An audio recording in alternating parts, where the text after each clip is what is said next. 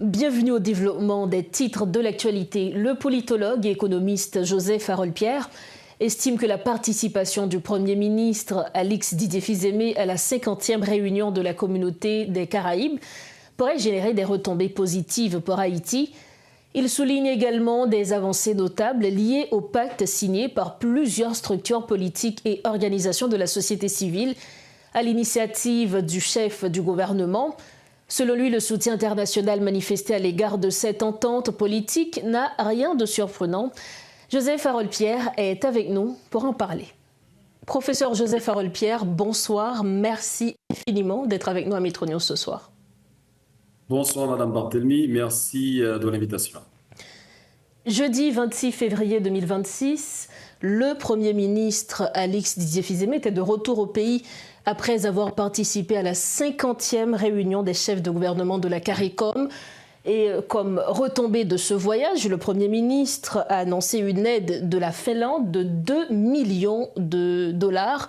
Professeur Harold-Pierre, selon vous, est-ce que le Premier ministre Alix Didier Fils-Aimé pourrait avoir justement d'autres retombées outre que cette aide de la Finlande ? Bon, d'entrée de jeu, je dirais que oui, parce que le gouvernement est très bien positionné actuellement, parce qu'il a le soutien du gouvernement américain, mais il ne faut pas, je dirais, entrer en euphorie, parce que les promesses sont une affaire et les décaissements en sont une autre.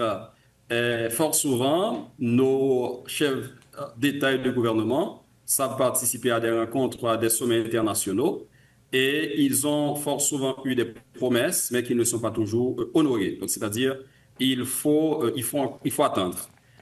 Mais ce qui est certain, c'est très possible que le gouvernement reçoive d'autres soutiens, tout au moins d'autres promesses, parce qu'avec le soutien du gouvernement américain, pas mal de gouvernements vont supporter Haïti justement pour attirer, je dirais, la bonne grâce du gouvernement américain.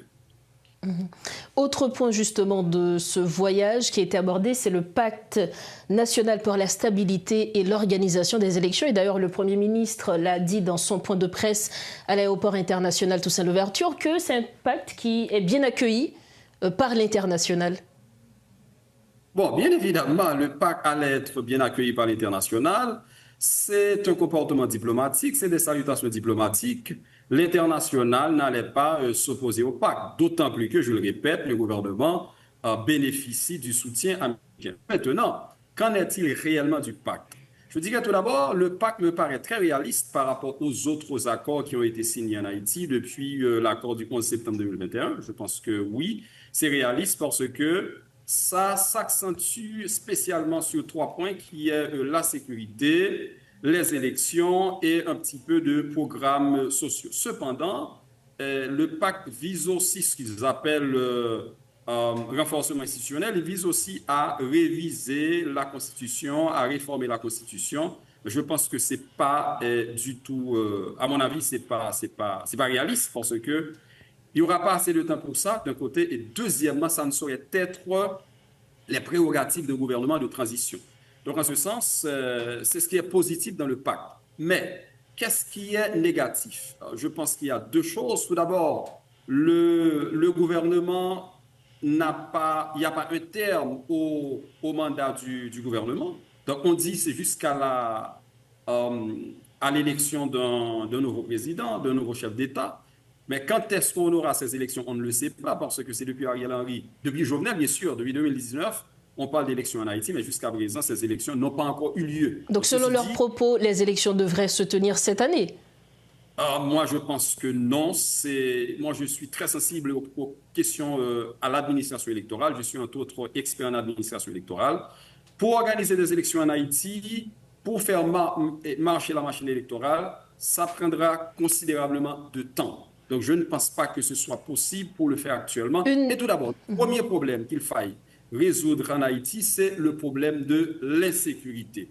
Or, la mission est supposée rentrer en Haïti en avril et est supposée être déployée en octobre. Donc, quand est-ce, et tant que le problème de l'insécurité n'aura pas été résolu, on ne peut penser d'élections, on ne peut parler d'élections, on ne peut penser aux élections en Haïti. Professeur, certains aujourd'hui parle du vote numérique, par exemple, pour justement essayer de pallier à ce problème qui est l'insécurité. Par exemple, pour les zones qui ne pourront pas, où les gens ne pourront pas aller voter. Donc aujourd'hui, on parle de vote électronique. Qu'est-ce que vous en dites? Pour être très, très réaliste, ce n'est pas possible pour deux raisons. Tout d'abord, l'éducation financière en Haïti, les gens ne veulent même pas posséder une carte débit. Donc, vous pensez que les gens là, ils pourront voter électroniquement. Même si c'est plus facile, je ne pense pas que ce soit possible. On n'a jamais eu cette expérience en Haïti. Et si on tient compte du niveau éducatif de la population, ce n'est pas possible, ce n'est pas envisageable. Ça, c'est d'un côté. De notre côté, les acteurs politiques allaient utiliser ce vote, cette nouvelle expérience en Haïti pour prétexter fraude. Donc, ce n'est pas du tout intelligent, d'autant plus que la politique en Haïti est fondée sur la méfiance. Donc, c'est à éviter totalement. Après la signature de ce pacte, il y a eu plusieurs structures, plusieurs partis politiques, hommes et femmes politiques, notamment des hommes et des femmes de la société civile, qui sont montés au créneau pour dénoncer le caractère non inclusif de ce pacte. Est-ce que vous, puisqu'on parle d'un pacte pour l'organisation des élections justement, est-ce que vous ne voyez pas un risque pour les non-signataires de ce pacte justement de ne pas pouvoir soit aller ou gagner les élections, puisqu'ils n'ont pas décidé de signer ce pacte? Donc, quels sont les risques pour ces partis? Il faut voir ça à deux niveaux. Tout d'abord, signer le pacte n'est pas une condition pour participer aux élections, bien sûr que non. Ça, c'est une autre affaire. On n'a pas besoin de signer le pacte pour supporter candidat ou bien pour participer aux élections. Mais maintenant, il faut voir le pacte à ce niveau-là à deux dimensions. Il y a deux aspects. De côté, du point de vue conjoncturel, les partis qui ont signé veulent profiter des rapports, ou du moins des relations du gouvernement avec le gouvernement américain. Bien évidemment, donc on sait qu'il est extrêmement difficile de s'opposer au gouvernement actuellement parce que le gouvernement reçoit ou bien bénéficie du soutien du gouvernement américain. Donc c'est une démarche très intelligente de la part des partis qui ont signé. Donc, on a l'impression qu'ils sont mieux positionnés par rapport aux autres. D'où le risque justement pour les autres. En fait, pas nécessairement. Le problème, c'est qu'il n'y a pas de parti politique en Haïti. Il y a une pléiade de partis qui n'ont pas signé. Imaginez-vous que ces partis-là avaient la capacité de former une coalition.